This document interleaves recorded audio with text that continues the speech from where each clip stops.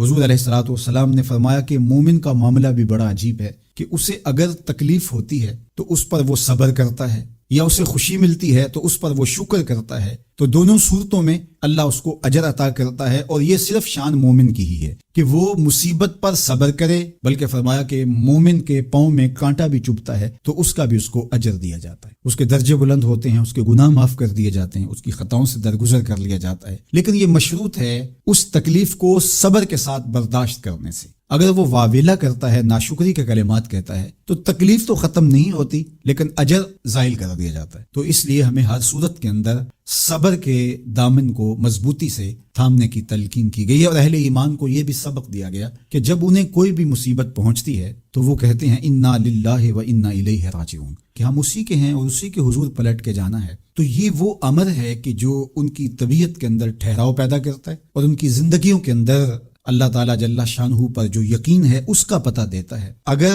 مصیبت کو اللہ کی طرف سے سمجھ کے، مان کے صبر کیا جائے، اس کو مقدور سمجھا جائے، اس پر واویلا نہ کیا جائے، اللہ کی نافرمانی کا کوئی کلمہ نہ بولا جائے، اپنے عقیدے میں تزلزل نہ آنے دیا جائے، اپنے رویوں کی خوبصورتی کو زائل نہ ہونے دیا جائے، تو اس کا مطلب ہے کہ وہ شخص مومن ہے، اس کا یقین ہے کہ یہ اللہ کی طرف سے ہے، تو پھر اس کے یقین کے صلے کے اندر اللہ اس کو پھر ہدایت قلب کا چراغاں نصیب کرتا ہے۔ اور فرمایا واللہ بکل شیء علیم، اور اللہ ہر شے کو جاننے والا ہے، اسے پتہ ہے کہ کسی پر مصیبت نازل کیوں کرنی ہے، اور اس مصیبت سے اس کا امتحان لینا مقصود ہے، اس کے درجوں کو بلند کرنا مقصود ہے، اس کے گناہوں کو معاف کرنا مقصود ہے، اس کو کسی آزمائش میں ڈال کر کے اس کو مزید کندن بنانا مقصود ہے، یا اس کا کیا مقصود ہے، اس کو سزا دینا مقصود ہے، یہ اسے پتہ ہے۔ تمہارا رب تمہاری طرف آنے والی جو تکلیفیں ہیں ان کے اندر ہزارہا پنہا حکمتوں سے واقف ہے۔ یہاں یہ بات بھی سمجھنے کے قابل ہے کہ جو شخص مصیبت کے آنے پر صبر اور استقامت کے ساتھ اس سے نپٹتا ہے اور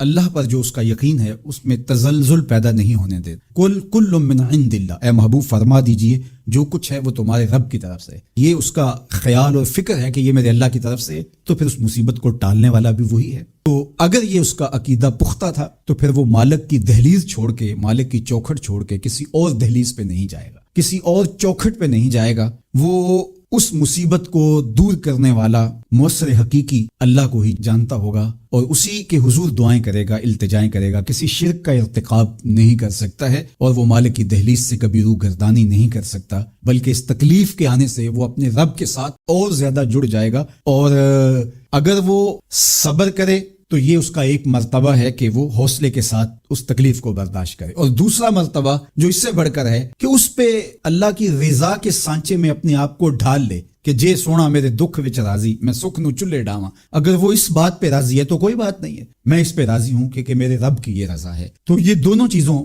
کا مل جانا یا دونوں میں سے کسی ایک کا مل جانا، یہ اللہ کی طرف سے اس کو دیا گیا انعام ہے جو اس مشکل حالات میں اس کو حاصل ہوتا ہے۔ اب وہ کس کیفیت میں ہے اللہ تعالیٰ اس کو خوب جانتا ہے کہ وہ اس پہ صبر کر رہا ہے یا اس کا اندر ڈول رہا ہے، اس کا عقیدہ کمزور تھا اور وہ کمزوری کے باعث جو ہے وہ تزلزل کا، تذبذب کا شکار ہو گیا، تو یہ تمہارا رب خوب جانتا ہے۔ تو تمہارے سینے کے اندر چھپی ہوئی کیفیت تمہارے رب کے علم میں۔ عمومی طور پہ جب ولی کا ذکر آئے تو اس کے ساتھ کرامت کا تصور ساتھ جڑا ہوا ہوتا ہے، لیکن یہ بات ذہن میں رکھیں کہ یہ ولی کو اللہ کی طرف سے دیا گیا اعزاز تو ہے، لیکن یہ ولی کی علامات سے نہیں ہے۔ یعنی ولی کے لیے جو شرطیں ہیں، جو نصاب ہے، وہ ایمان اور تقوی ہے۔ اگر کسی کے اندر یہ دو خوبیاں پائی جائیں اور وہ کمال درجے کی موجود ہوں، لیکن کرامت آپ تک نہ پہنچے یا ظہوری نہ ہو ساری زندگی، تو اس کے ولی ہونے میں شک نہیں ہے۔ اور ایک شخص کے اندر آپ کرامت دیکھیں لیکن یہ دو خوبیاں نہ پائی جائیں تو اس کو ہم کرامت ہی قرار نہیں دے سکتے، وہ استدراج ہوگا۔ ہر وہ خرق عادت امر جو بغیر کسی شخص سے ظاہر ہو اور ہو خرق عادت، ما فوق الفطرت چیز ہو، تو اس کو قدرت الہیہ کہیں گے۔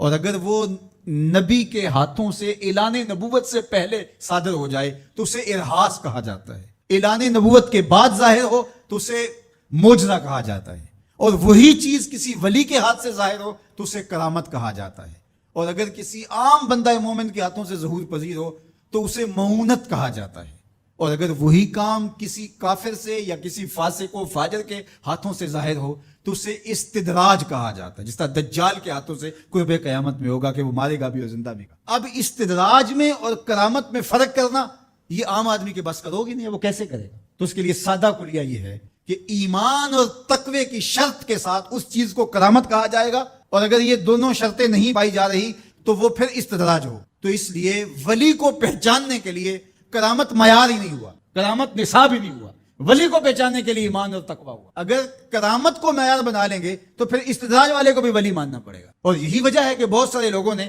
ایسے لوگوں کے اوپر جو کسی بڑے بزرگ کی گدی پہ بیٹھ گیا، یا وہ چار لوگوں نے اس کو مان لیا یا اس کے شعبے چل گئے، اور شریعت کا واضح تارک ہے اور لوگ اس کو اللہ کا ولی مان رہے ہوتے ہیں، اس لیے کہ ان کے ہاں معیار وہ نہیں ہے جو قرآن نے دیا ہے۔ قرآن نے دیا اللہ زین آمنوا وکانوا یتقون، اور کرامت معیار نہیں ہے، وہ ایک ثمرہ ہے۔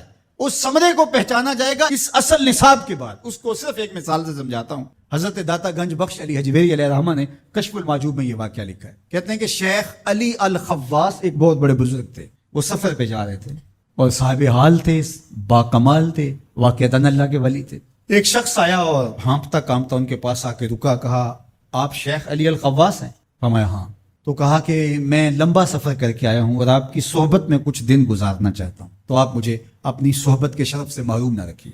تو حضرت شیخ علی الخواص نے مراقبہ کیا اور اسے کہا کہ مجھے تیرے بدن سے کفر کی بو آ رہی ہے۔ اللہ والوں کو اللہ نے بصیرت کا نور دیا ہوتا ہے۔ اس نے کہا جی میں نصرانی ہوں اور دیار غرب سے آیا ہوں، آپ کی شہرت سنی تھی تو آپ کی صحبت میں کچھ وقت گزارنے کی آرزو ہے، مجھے محروم نہ رکھیے۔ شیخ کہتے ہیں میں نے ٹالنا چاہا، میں نے کہا کہ میری صحبت میں رہنا بڑا مشکل ہوگا، تکلیفیں سہنا پڑیں گی۔ اس نے کہا جی میں گوارا کروں۔ فرمایا ٹھیک ہے۔ کہا کہ میں چلتا گیا اور وہ بھی میرے ساتھ تھا۔ 8 دن گزر گئے، کبھی کھانا ملتا، کبھی 2 لقمے لے لیتے، کبھی پانی پی کے گزر اوقات ہوتی، کبھی گھاس کھا لیتے۔ ایک دن اس کا وجود کپ کپا رہا تھا بھوک کی شدت کی وجہ سے۔ اس نے مجھے کہا شیخ آپ اللہ کے بندے ہیں، میں نے عہد تو کیا تھا کہ کوئی آپ سے مطالبہ نہ کر پاؤں، لیکن اب میری سخت جواب دے گئی، تو آپ اللہ کے مقرب ہیں، تو اللہ کے اس قرب کی وجہ سے اس سے دعا کیجئے تو وہ میرے اور آپ کے کھانے کا انتظام کرتے۔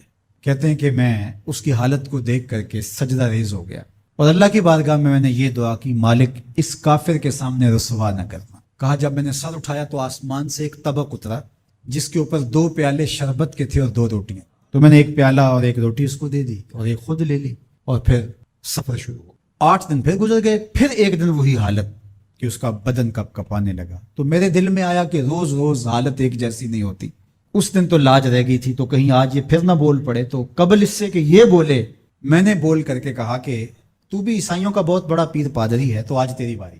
تو کہتے جب میں نے اس کو کہا تو اس نے بھی سجدے میں سر رکھ دیا، اور میں دل ہی دل میں سوچا کہ اس کا سجدہ ریز ہونا کیا معنی رکھتا ہے جب ایمان ہی نہیں ہے۔ تھوڑی دیر کے بعد جب اس نے سر اٹھایا تو آسمان سے بھی طبق اترا جس پر 4 پیالے شربت کے اور 4 روٹیاں۔ اس نے 2 روٹیاں اور 2 پیالے میری طرف بڑھائے اور 2 پیالے اور 2 روٹیاں اپنی طرف کر لی اور کہا کہ کل یا شیخ کھائیے۔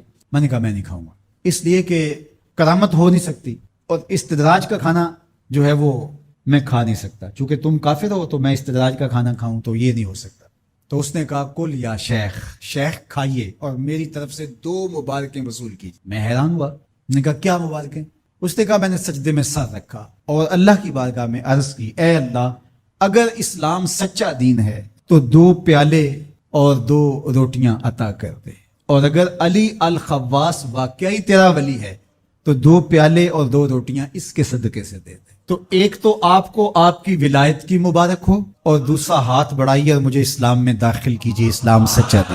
تو شیخ علی الخواص کے اس واقعہ کو ذکر کرنے کے بعد داتا گنج بخش علی حجویری فرماتے ہیں علی الخواص جیسا شخص بھی یہاں پریشان ہو جائے کہ خدایا یہ استدراج ہے یا کرامت، تو کہا پھر عام آدمی کیسے فیصلہ کر سکتا ہے کہ یہ استدراج ہے یا کرامت؟ تو کہا کہ اس کو یہی دیکھنا پڑے گا ایمان اور تقوی ہے کہ نہیں۔ تو ایمان اور تقوی یہ علامت ہے کسی کے ولی ہونے۔ مصر کے اندر حضرت موسیٰ علیہ السلام نے ایک قبطی کو تھپڑ مار دیا تھا، قرآن مجید کے دامن میں یہ واقعہ موجود ہے۔ تو آپ کی جلالت اور آپ کے زور کی تاب نہ لاتے ہوئے وہ وہیں ڈھیر ہو گیا، اس کی موت واقع ہو گئی۔ تو مصر کے حالات کشیدہ ہو گئے اور حضرت موسیٰ علیہ السلام کو مصر چھوڑنا پڑا۔ تو وہ شہر مدین کی جانب جا رہے تھے کہ راستے کے اندر ایک کنواں تھا، وہاں کچھ لوگ اپنے جانوروں کو پانی پلا رہے تھے۔ تو حضرت موسیٰ نے دیکھا کہ 2 پردہ دار خواتین ہیں، وہ اپنے جانوروں کو ایک سمت لیے کھڑی ہیں۔ سمجھ گئے کہ مردوں کے ہجوم میں آنا نہیں چاہ رہی، ان کا حیا مانے ہے، تو آگے بڑھے اور ان کے جانور ہانکے اور ان کو سیراب کیا اور پھر ان کی جانب ہانک دیے۔ وہ واپس گئیں اور اپنے والد بزرگوار سے کہا کہ 1 سال نوجوان جس کی آنکھوں میں شرم و حیا تھا، اس نے ہمارے ساتھ یہ مہربانی کی۔ تو ان کے والد گرامی نے کہا کہ جاؤ اس کو بلا کے لاؤ۔ قرآن مجید میں اس کا ذکر کیا گیا، فجاءتہ احداہما تمشی علی استحیاء، ان میں سے ایک خاتون حیا میں سمٹی ہوئی حاضر ہوئی۔ اس نے کہا کہ ہمارے والد گرامی آپ کو بلاتے ہیں، آپ نے ہمارے ساتھ جو مہربانی کی ہے اس کا وہ اجر دینا چاہتے ہیں۔ تو حضرت موسیٰ علیہ السلام ان کے ساتھ چلے گئے، اور جب گئے تو یہ گھر تھا حضرت شعیب علیہ السلام کا، اور یہ صاحبزادیاں حضرت شعیب علیہ السلام کی تھی۔ تو اس خاتون کا شرم و حیا کے ماحول میں حضرت موسیٰ علیہ السلام کو یہ کہنا اور چل کے اس انداز سے آنا، قرآن نے اس کی حکایت بیان کی ہے۔ تو خدا کو پسند ہے کوئی خاتون حیا کے ماحول میں آئے تو اللہ اس کی آمد کو اور اس کے آنے کو قرآن کا عنوان بنا دیتا ہے، اور قرآن کی حکایت بنا دیتا ہے کہ جو خاتون حیا کے جوہر کی مالکہ ہو وہ اللہ کو کتنی اچھی لگتی ہے۔ اللہ اکبر۔ حضرت نبی اکرم صلی اللہ علیہ وآلہ وسلم کا فرمان حیا کے حوالے سے، الحیاء من الایمان، حیا ایمان سے ہے۔ تو جتنے بھی ایماندار لوگ ہیں وہ پھر حیا کے جوہر سے مزین ہوں گے، مالا مال ہوں گے۔ آپ دیکھ لیجئے سب سے بڑے ایماندار تو میرے اور آپ کے آقا مولا ہیں، اور حضور کمواری لڑکی سے زیادہ حیادار تھے۔ باقی حضور کے اصحاب دیکھ لیجئے، ان کا حیا، اور حضور کی ازواج مطہرات کا حیا دیکھیے۔ ام المومنین حضرت عائشہ رضی اللہ تعالی عنہا فرماتی ہیں کہ حضور کا جب وصال ہوا اور حضور میرے حجرے میں دفن ہوئے تو میں جب حضور کی قبر انور پہ جاتی تو معمولی چادر اوڑھ کے چلی جاتی، اس خیال سے کہ میرے شوہر ہیں۔ پھر حضرت ابوبکر صدیق رضی اللہ تعالیٰ عنہ کا وصال ہوا تو وہ بھی ساتھ دفن ہو گئے، تو میں پھر بھی اسی حالت میں جاتی اور میں سوچتی کہ ایک میرا شوہر ہے اور دوسرا میرا والد ہے۔ کہا پھر حضرت عمر رضی اللہ تعالیٰ عنہ کا انتقال ہوا اور وہ بھی ساتھ مدفون ہوئے۔ تو حضرت ام المومنین فرماتی ہیں کہ اب جب میں جاتی تو میرا جانے کا انداز مختلف تھا۔ فواللہ ما دخلت الا وانا مشدودۃ علی ثیابی حیاء من عمر، کہا اب جب بھی میں جاتی تو خوب اوڑھنی اوڑھ کے اور چادر لے کے جاتی، مجھے عمر سے حیا آتی۔ یہ ام المومنین کا انداز زندگی ہے۔ مخدرات اسلام کو اس سے سیکھنا چاہیے۔ جو قبر میں دفن ہیں ان سے بھی یہ حیا کریں، جو مومنوں کی ماں بھی لگتی ہیں۔ اور آج یہ دلائل دیے جائیں کہ پردہ تو جناب دل کا ہوتا ہے، چہرے کا پردہ تو نہیں ہے۔ باقی کسی کو اپنی آنکھ میں شرم پیدا کرنی چاہیے۔ عورت کو کیا ضرورت ہے کہ وہ اپنے آپ کو ڈھانپ کے رکھے۔ اب ام المومنین کا عمل یہ ہے کہ فرماتی ہیں کہ میں اپنے آپ کو خوب سمیٹ کے جاتی حیاء من عمر۔ عمر قبر میں ہیں لیکن ام المومنین فرماتی ہیں مجھے پھر بھی حیا آتی۔ اور حضرت سیدہ طیبہ طاہرہ حضرت فاطمہ الزہرا رضی اللہ تعالی عنہا نے کہا کہ عورت کے لیے بہترین پردہ یہ ہے کہ اس کو کوئی غیر مرد نہ دیکھے اور وہ غیر مرد کو نہ دیکھے۔ تو جب یہ ہمارا دین ہمیں سکھاتا ہے اور حیا کا یہ سبق دیتا ہے، بڑوں سے حیا کرنے کی تلقین کی گئی، اللہ سے حیا کرنے کی، اس کے رسول سے حیا کرنے کی تلقین کی گئی۔ صحابہ فرماتے ہیں بعض اوقات ہم کچھ پوچھنا چاہتے ہوتے تھے اور حضور کے حیا کی وجہ سے ہم ایک عرصہ تک وہ بات نہیں پوچھ پاتے تھے۔ آج دادا کے سامنے بچے جس طرح بات کرتے ہیں اور جس طرح بچوں سے حیا کا جوہر ختم ہو گیا ہے، اور اس کو وہ تہذیب نو کا کرشمہ سمجھتے ہیں اور جدید دور کی کرامت سمجھتے ہیں۔ یہ دور جدید کی کرامت نہیں ہے، یہ جاہلیت ہے۔ بڑوں کا احترام اور بڑوں کی عزت یہ زندگی کا جمال۔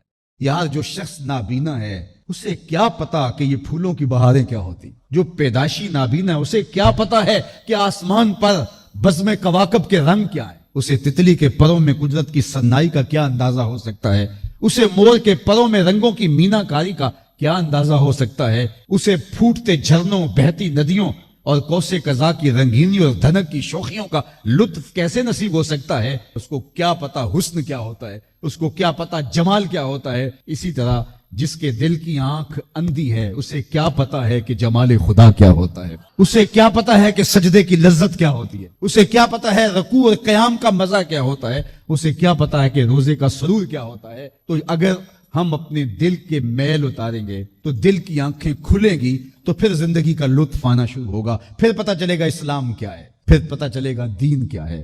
اللہ اکبر. اسی لیے قرآن نے کہا من کانا فی ھذہ اعمی فہو فی الآخرۃ اعمی واضل سبیلا. جو دنیا میں اندھا رہا کل قیامت کے دن بھی نابینا اٹھائے. اس سے ان آنکھوں کی بے نوری مراد نہیں ہے، دل کی بے نوری مراد ہے. اقبال نے کہا تھا دل بینا بھی کر طلب خدا سے، کہ آنکھ کا نور دل کا نور نہیں. آنکھ کا نور اور ہے، دل کا نور اور ہے. تو جس طرح آنکھ بے نور ہو جائے، آنکھ پر دھند، جالا، ککرے اور سفید اور کالا موتیا اتر آئے، تو ہم سب کچھ بیچ کر کے بھی آنکھوں کا نور خریدنے کی کوشش کرتے ہیں. تو یار کبھی اجڑے ہوئے دل کا بھی تو علاج کرواؤ. علاج تمہارے گھر میں پڑا ہے. راتوں کی تنہائیوں میں اٹھ کے قرآن پڑھو اور ساتھ رویا کرو. دیکھنا دل کے میل اترنا شروع ہو جائیں گے، اور دل کے پردے سے وہ غلاستیں جب اتریں گی تو پھر پتہ چلے گا کہ دل جمال یار کیسے دیکھتا ہے. دل کی دنیا کیا ہے. وچئی بھیڑے وچئی جھیڑے وچئی ونج مہانے ہو 14 طبق دلے دے اندر تمبو وانگو تانے ہو. پھر پتہ چلے گا یہ دل دنیا کیا ہے. پھر اس کی تڑپ، اس کی بے چینی، اس کا اضطراب زندگی کا حاصل بن جائے گا. پھر زندگی کی بے چینی اور دل کی بے چینی اور دل کا محبوب کی یاد میں تڑپنا تمہیں سرور دے گا. پھر تم ایک ایک عضو میں دل مانگو گے. وہ مزہ دیا تڑپ نے میری آرزو ہے یارب. وہ مزہ دیا تڑپ نے میری آرزو ہے یارب. میرے دونوں پہلوؤں میں دلے بے قرار ہو. پھر سمجھ آئے گی کہ یہ دل کتنی قیمتی شے ہے. اللہ نے بدن میں آنکھیں بھی 2 رکھی ہیں، کان بھی 2 رکھے ہیں، ہاتھ اور پاؤں بھی 2 رکھے ہیں، لیکن دل ایک ہی رکھے. اور دل عرش اللہ ہے، اللہ کا عرش ہے. پھر پتہ چلے گا. تو آئیے دل سے زنگ اتاریں، میل اتاریں، دل مصفا ہو، دل خوبصورت بن جائے. پھر دل کی کشکول پھیلا کے پھر عرض کریں ہر تمنا دل سے رخصت ہو گئی، اب تو آجا، اب تو خلوت ہو گئی. لیکن یہ میل کچیل سے ہٹا ہوا ہوگا تو گندی جگہوں پہ محبوب تو نہیں آتے ہیں. تو حسد، حقد، کینے، بغض، نفرتیں یہ ہم پالے رکھتے ہیں. اپنی زندگی کو ہم نے خود بوجھل بنایا ہوا ہے. میاں حسد کرنے سے محسود کا کیا ہوگا؟ ہم اپنے آپ کو تلخی میں مبتلا کیے ہوئے ہیں. بغض رکھنے سے مبغوض کا کیا ہوگا؟ ہم اپنے آپ کو بوجھ میں مبتلا کیے ہوئے. تو اپنے دل سے یہ سارے بوجھ اتار کر کے جب دل کو مصفا اور مزکا کریں گے تو پھر دیکھیے کہ دل کے آئینے میں کیسے جمال یار دکھائی دیتا ہے. تو اس دل کی اصلاح ہوگی کثرت کے ساتھ قرآن مجید کی تلاوت کرنے سے. تو راتوں کی تنہائیوں میں اٹھ کے قرآن پڑھو، دیکھنا کہ کیسے دل کے زنگ اترتے ہیں. بعض لوگ بڑی عجیب خبر سناتے ہیں، میاں تمہیں کیسے پتا؟ وہ کہتا ہے میں رات اچانک نیند نہیں آ رہی تھی تو ایک چینل کھولا تو اس میں یہ خبر چل رہی تھی. تو میں نے کہا تجھے نیند نہیں آ رہی تھی، تو نے چینل کھولا، کاش تو قرآن کھول کے بیٹھ جاتا، تجھے وہ دکھائی دیتا کہ تیرا اندر تیرا باہر روشن ہو جاتا. تو راتوں کی تنہائیوں میں اٹھ کے قرآن مجید پڑھنے کا مزاج پیدا کریں. اپنی صبح کا آغاز قرآن مجید کی تلاوت سے کریں. اپنے دن کو سمیٹیں، سونے کی تیاری کریں، سورہ ملک سے اپنے معاملات کو سمیٹیں. یہ چند دن کر کے دیکھ لیں. اور اگر آپ کو معاشی مسائل ہیں، مشکلات ہیں، تو سورہ واقعہ اس کے لیے یکسیر ہے. صرف 3 رکوع ہیں، اتنی یکسیر کہ جس کی زندگی میں سورہ واقعہ آ گئی وہ مشکلات میں مبتلا نہیں ہوتا. اللہ اس کے لیے رزق کے دروازے. سورۃ یاسین جو شخص اپنے دن کا آغاز سورہ یاسین سے کرتا ہے، سارا دن اس کی حفاظت ہوتی ہے شیاطین سے، شریروں سے، شر سے، گناہوں سے اور بہت سارے معاملات سے اور نادیدہ حملوں سے، بہت کچھ چیزوں سے اللہ تعالیٰ اس کو محفوظ رکھتا ہے. تو سارے سورہ یاسین کی تلاوت اپنے معمولات میں شامل